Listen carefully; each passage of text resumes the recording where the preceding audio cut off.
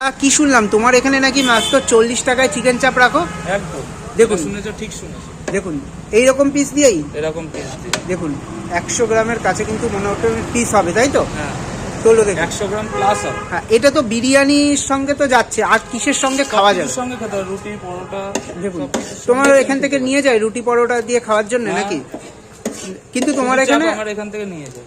দেখুন, কিন্তু তোমার এখানে এখনো রুটি পরোটাটা চালু করনি। চালু হয়নি। ওটা চালু মানে তোমরা যদি চাও তো দেখা যাবে ওটা চালু হয় কিনা, কিন্তু এটা ওর সঙ্গেও চলবে, তাই তো? মানে সবকিছুর সঙ্গে, বিরিয়ানি বলে না, তান্দুরি রুটি, রুমালি রুটি, প্লেন রুটি, বাটার নান সবের সঙ্গে কিন্তু এই চিকেন চাপটা চলবে, যেটার দাম রাখছে 40 টাকা।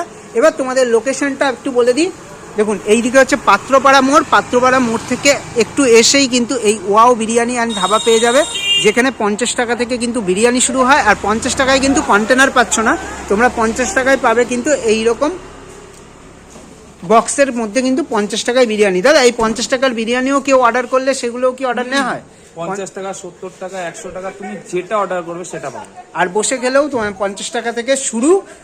এবার এখানে যেমন রয়েছে 500 টাকায় 8 পিস চিকেন দিয়ে বিরিয়ানি, তাছাড়া রয়েছে 70 টাকায় এখানে 1 পিস, আবার এই কন্টেনারে যদি কেউ 2 পিস নেয় 2 পিস 100 টাকা, আর বসে খেলে 100 টাকা দিয়ে 2 পিস দিয়ে আনলিমিটেড।